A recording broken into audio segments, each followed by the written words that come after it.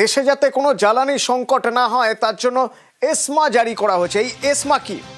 Asthma হলো essential service maintenance act, অর্থাৎ জরুরি পরিষেবা যাতে চালু থাকে, যে পরিষেবা নিত্য নৈমিত্তিক কাজে লাগে সেই পরিষেবা যাতে চালু থাকে তা দেখার জন্য আইন। 6 মাস এই এসমা অ্যাক্ট থাকতে পারে এবং এই এসমা আইন ভাঙলে তার বিরুদ্ধে কড়া পদক্ষেপ করা যেতে পারে।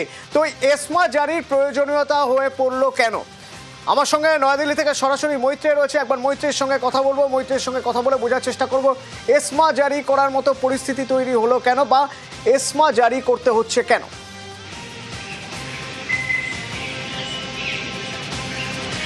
অতনু, দেখো, পেট্রোলিয়াম মন্ত্রক সূত্রে তারা যেটা জানাচ্ছেন যে বর্তমানে যে পরিস্থিতি রয়েছে সেখানে দাঁড়িয়ে মানুষের মধ্যে একটা আতঙ্ক কাজ করছে এবং সেই আতঙ্ককে হাতিয়ার করে প্রচুর মানুষ কালোবাজারি বাড়াতে পারেন সেই আশঙ্কা রয়েছে। ফলে এমনিতেই হরমুজ প্রণালীর সেখানে সিজ চলছে এবং যার ফলে যে পেট্রোলিয়ামজাত দ্রব্য এবং মূলত ন্যাচারাল গ্যাস, যার প্রায় অলমোস্ট 30% অফ ন্যাচারাল গ্যাস যা ভারতের প্রত্যেক মাসে প্রয়োজন হয় তার 30% ভারতকে আমদানি করতে হয়, ফলে সেটা বন্ধ হয়ে গিয়েছে। এই অবস্থায় দাঁড়িয়ে যদি সুষম বন্টন না করা যায় এবং যদি ইলিগাল হোর্ডিং হতে শুরু করে তাহলে সেক্ষেত্রে দাঁড়িয়ে যে ক্রাইসিসটা হয়তো কিছুদিন বাদে তৈরি হতো সেই ক্রাইসিস অনেক আগে তৈরি হবে এবং সেটা প্যানিক মোডে সেটা আরও ছড়িয়ে যাবে এবং সেই কারণে দাঁড়িয়েই এই এসমা প্রয়োগের সিদ্ধান্ত নেওয়া হয়েছে। যার ফলে একদিকে যখন এই প্রয়োজনীয় পেট্রোলিয়াম এবং পেট্রোলিয়ামজাত দ্রব্য এবং ন্যাচারাল গ্যাসের ক্ষেত্রে তাদের যে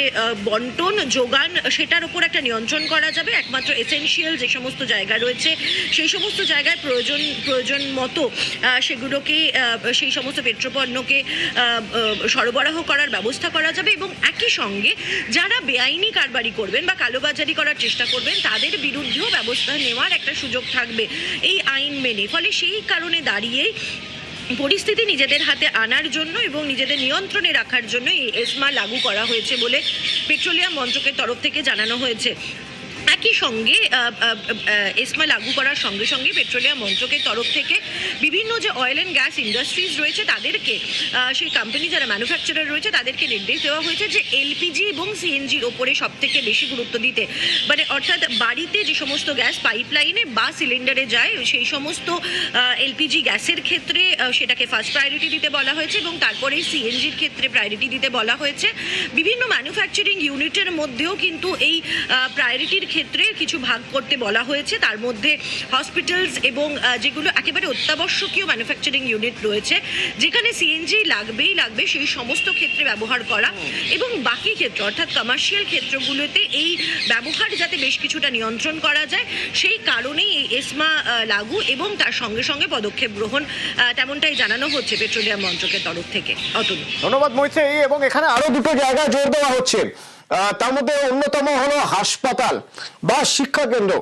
সেখানে যেন কোনোভাবে কোনো এমন কিছু না হয় যে সেখানে মজুদ থাকছে না বা সেখানে প্রয়োজন আছে অথচ সেখানে পৌঁছানো সম্ভব হচ্ছে না, কিন্তু নিয়ন্ত্রণ রাখা হচ্ছে, পুরোপুরি রাশ টানা হচ্ছে বাণিজ্যিক জায়গাগুলির উপরে, রেস্তোরাঁর উপরে। ধরুন যারা ছোট ব্যবসায়ী স্পাইস হোটেল চালান, কি অবস্থা, তারা এই অবস্থায় কি করবেন শোনা যাক।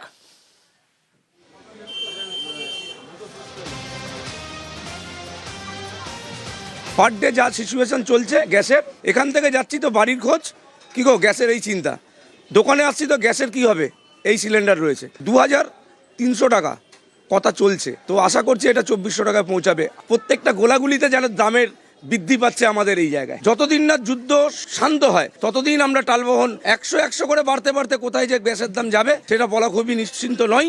ডেফিনেটলি পুরনো জ্বালানিতে ফিরে যেতে হবে, তবে অল্প মাত্র, যদি এরকম সিচুয়েশন হয় ব্যবসা বন্ধের দিকেই চলে যেতে পারে।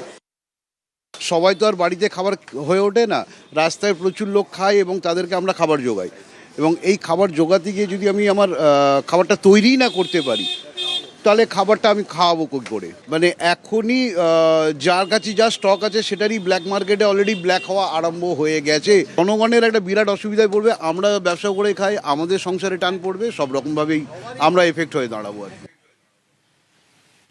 এবার ধরুন যাদের চেন রেস্তোরাঁ রয়েছে, অর্থাৎ ধরুন নামি বিরিয়ানির দোকান। এখন তো বিভিন্ন জায়গায় আউটলেট খুলে গিয়েছে, তাদের কি অবস্থা, কিভাবে চলবে শোনা যাক। এখন আমাদের কাছে স্টক কিছু ছিল 1-800, সেগুলো চলছে, জানি না আগামীতে কী হবে। কাস্টমার 5টা চাইলে তাকে 1-2 দিয়ে চালানো হচ্ছে, ব্যাকআপ যেটা দেওয়ার মতো যত সাধ্য মতো চেষ্টা করছি, জানি না আগামীতে কী করতে পারবো। হ্যাঁ, অলরেডি গতকাল থেকে গাড়ি আসা বন্ধ। পরিস্থিতি, প্ল্যান্টে গাড়ি দাঁড়িয়ে আছে, লোড দিচ্ছে না, গাড়ি আসে না। বাজারের অবস্থা এখন কী হবে বলা যাচ্ছে না, অবস্থা খুবই খারাপ আছে। আমরা সবাইকে গ্যাস দিতে পারছি না, এখানে 20টা করে মাল লাগে, আজকে এই 10টা, কাল থেকে হয়তো আরও কমে যাবে। আমরা খুবই সংকটে পড়ে গেছি। আমাদের যা রিকোয়ারমেন্ট গ্যাসের তার 50% পাচ্ছি। আজ থেকে বলছে গ্যাসওয়ালা গ্যাস দিতে পারবো না। যেখানে যেখানে গ্যাসের প্রোডাকশন হতো, হলদিয়া, বজবজ আর আপনার কল্যাণী, ওখানে প্রোডাকশন বন্ধ হয়ে গেছে। এটা লাস্ট আমাদের দিয়েছে। এখন বিকল্প কী করা যায় তার চিন্তাভাবনা আজকেই আমরা করছি। অন্যান্য অনেক রেস্টুরেন্ট বন্ধ হয়ে গেছে অলরেডি গ্যাসের জন্য। কিছু কিছু আউটলেট বন্ধ করে দেবো। অনেক স্টাফ, আমাদের প্রায় 700 স্টাফ আছে। আবার ও স্টাফগুলো কোথায় যাবে? আমাদের একটি চিন্তাভাবনা করা হচ্ছে, যদি কাঠ কয়লা দিয়ে করা যায়। কাঠ কয়লা এমনি তো আমাদের উনুন নই কাঠের, সব তো গ্যাসের উনুন। আমাদেরকে আজই হয়তো লঞ্চ করতে হবে, উনুন আনতে হবে, আজকেই আমাদের কাঠ জোগাড় করতে হবে, কালকের জন্য প্রস্তুতি নিতে হবে। কলকাতার নামি বিরিয়ানি চেইন, যাদের বিরিয়ানির কথা উঠলেই জিভে জল আসা বাধ্যতামূলক, সেই বিরিয়ানি চেইনের রেস্তোরাঁর হেসেলে আমরা রয়েছি এবং সেখানে সারি সারি বিরিয়ানি তৈরি হচ্ছে।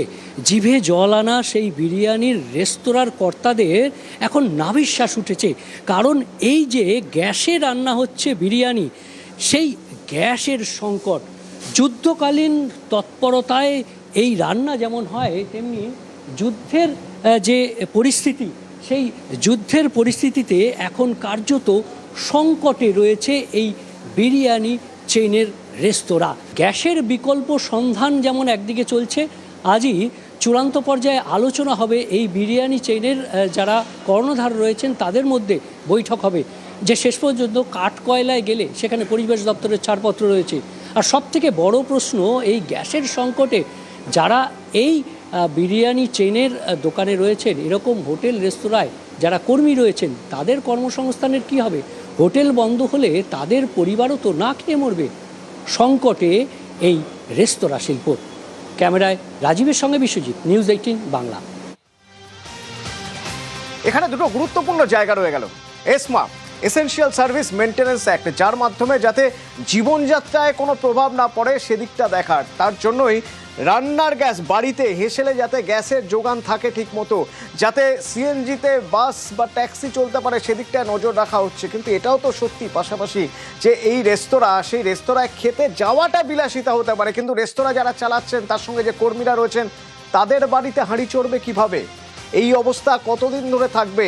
এই অবস্থা থেকে বেরোনোর উপায় কি? বাজার বিশেষজ্ঞ বলতে পারবেন। আমার সঙ্গে অনির্বাণ দত্ত রয়েছেন, সরাসরি একবার অনির্বাণের সঙ্গে কথা বলবো। অনির্বাণ, কি মনে হয় অনির্বাণ দা আপনার, এই পরিস্থিতি কতদিনে কাটবে? এই মুহূর্তে আশু প্রয়োজন কি, কি করা উচিত?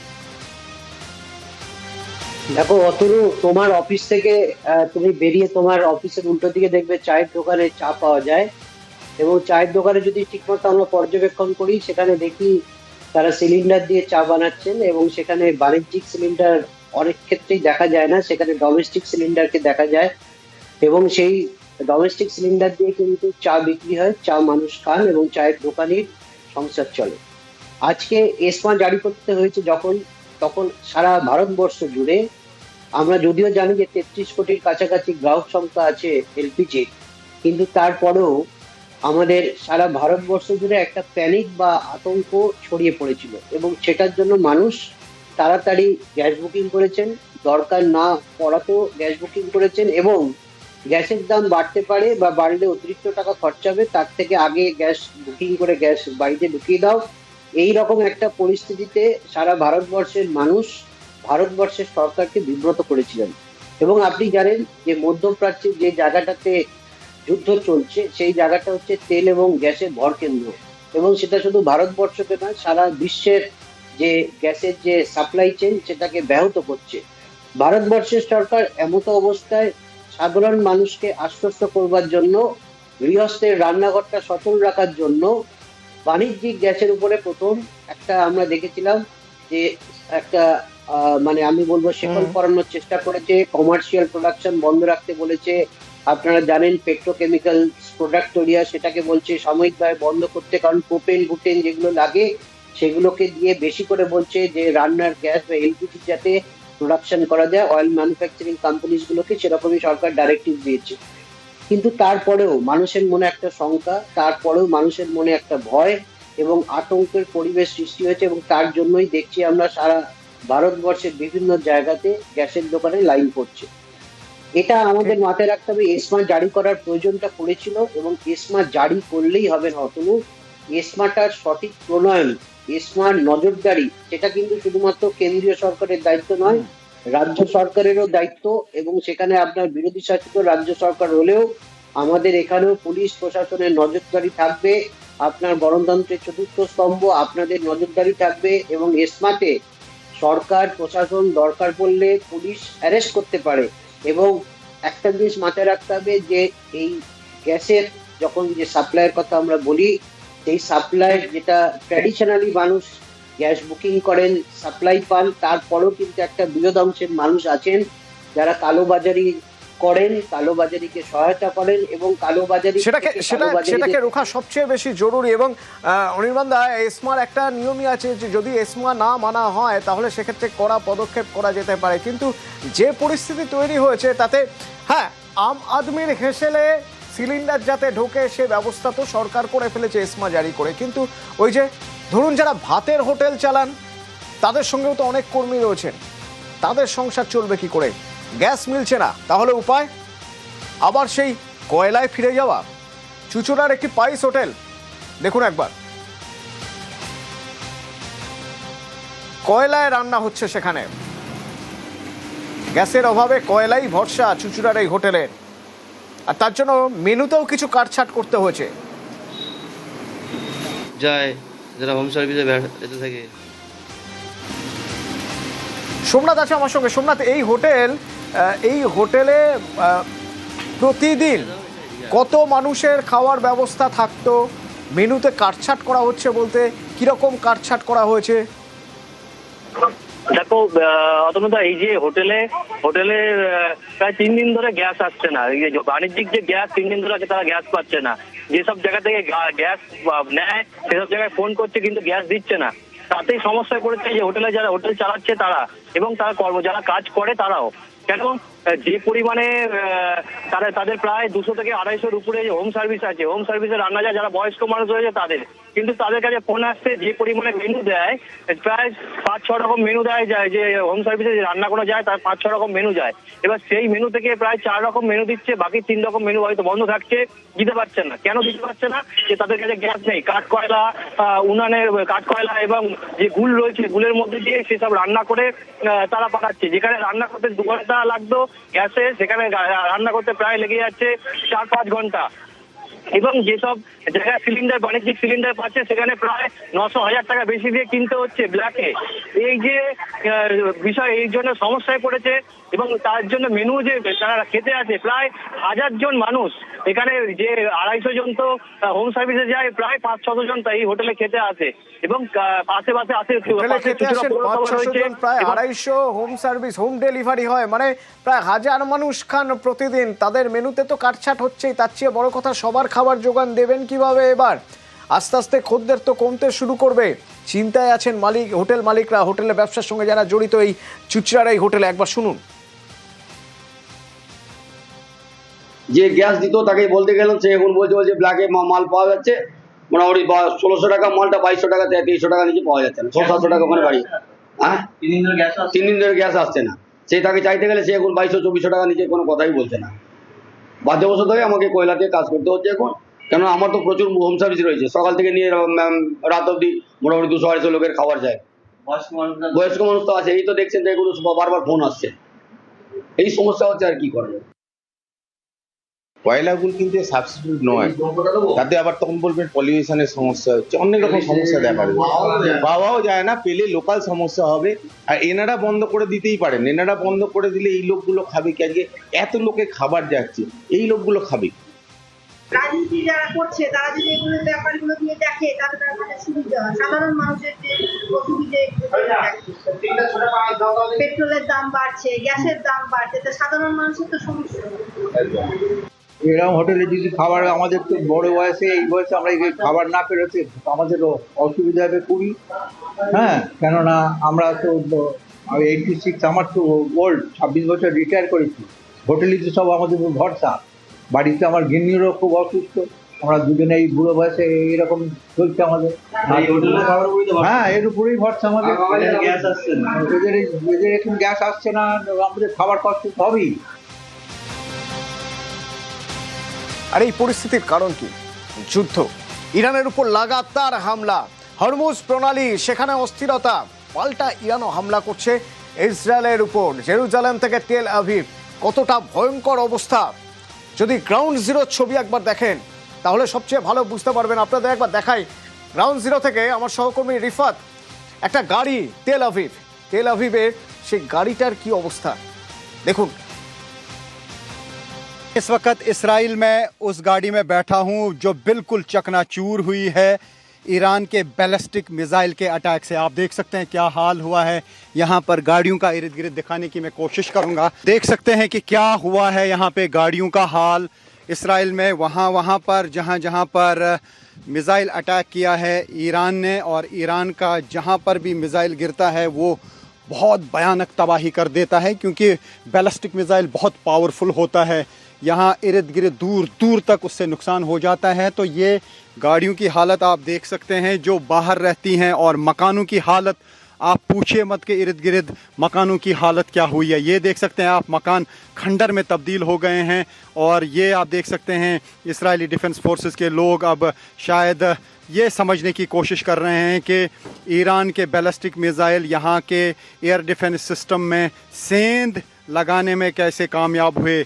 और ये अब इस वक्त यहाँ पर इसराइल का कई जगहों पे हाल है जो न्यूज़ 18 इंडिया की टीम है रियल ग्राउंड ज़ीरो पर आप तक पहुँचा रहे हैं। वो खबर जो शायद बाकी चैनल्स या बाकी रिपोर्टर्स आप तक नहीं पहुँचा पा रहे हैं, जो कुछ इसराइल में डैमेज हुआ है ईरान के ताकतवर मिसाइल से, वो कोशिश कर रहे हैं हम इसराइल में बैठकर आप तक पहुँचाने की रियल ग्राउंड ज़ीरो से।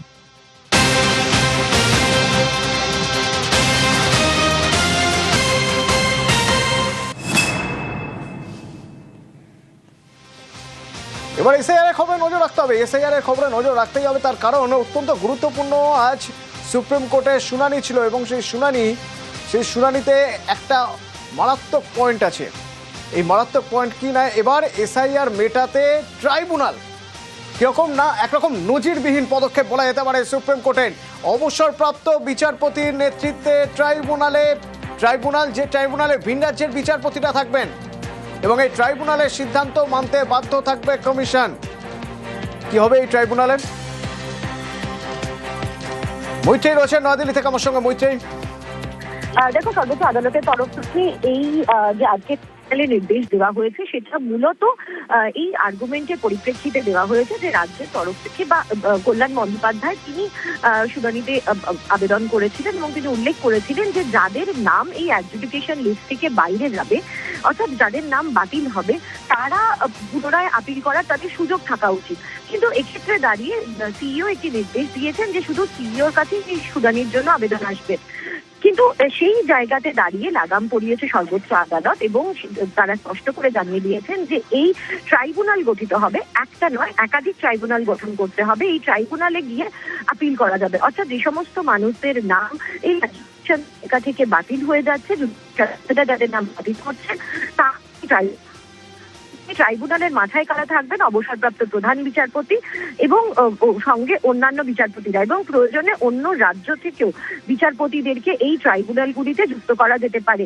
এই বিষয়ে চূড়ান্ত সিদ্ধান্ত নেবেন কলকাতা হাইকোর্টের প্রধান বিচারপতি। তিনি সিদ্ধান্ত নিয়ে এক বা একাধিক যতগুলো ট্রাইব্যুনালে তার মনে হবে যে প্রয়োজন রয়েছে এই যাদের আবেদন রয়েছে সেই আবেদন খতিয়ে দেখার জন্য সেই ট্রাইব্যুনালগুলি গঠিত হবে। এবং ট্রাইব্যুনালের যে সিদ্ধান্ত হবে, অর্থাৎ কোনো ব্যক্তি তার নাম যদি অ্যাডজুডিকেশন লিস্ট থেকে বাতিল হয়ে যায় বা ডিলিটেড হয়ে যায়, সেক্ষেত্রে দাঁড়িয়ে তার যদি মনে হয় যে তাকে যে কারণ বলা হয়েছে সেই কারণে দাঁড়িয়ে তিনি আবার আবেদন করেন এবং ট্রাইব্যুনাল যদি মনে করেন যে তিনি যোগ্য ভোটার এবং ভোটার তালিকায় তার থাকার অধিকার রয়েছে, তাহলে কমিশন ট্রাইব্যুনালের সেই নির্দেশ মেনে নিতে বাধ্য হবে। সেটাও আজকে স্পষ্ট করে দিয়েছে সর্বোচ্চ আদালত। অতদূর। ধন্যবাদ মৈত্রী। এবং এরই পাশাপাশি আরো একটি গুরুত্বপূর্ণ বিষয়, এই যে 60 লাখ যাদের কলামে বিচারাধীনের কলামে যাদের 60 লাখের নাম ছিল, তাদের কি হবে? তাদের মধ্যে থেকে এখনো পর্যন্ত 10 লক্ষের নিষ্পত্তি হয়ে গেছে, তা সুপ্রিম কোর্টে জানিয়ে দিয়েছেন হাইকোর্টের প্রধান বিচারপতি। এবার বাকি 50 লাখ, বাকি 50 লাখের নাম কতদিনে তাদের নিষ্পত্তি হবে? বিচারাধীন বিচারে নাম বাদ গেলে ফের আবেদন করা যাবে এবং সেক্ষেত্রে ট্রাইব্যুনালে নাম তুলতে আবেদন করা যাবে। সুপ্রিম কোর্ট কমিশনের এখতিয়ার বেঁধে দিল। প্রধান বিচারপতির অনুমোদন ছাড়া নির্দেশ নয়, হাইকোর্টের অনুমোদন ছাড়া কোনো নির্দেশ নয়। স্পেশাল ইন্টেন্সিভ রিভিশন বিচার প্রক্রিয়া বাধাহীন তা নিশ্চিত করতে হবে এবং অতিরিক্ত বিচারকের জন্য লগ ইন তৈরির নির্দেশ দেওয়া হয়েছে।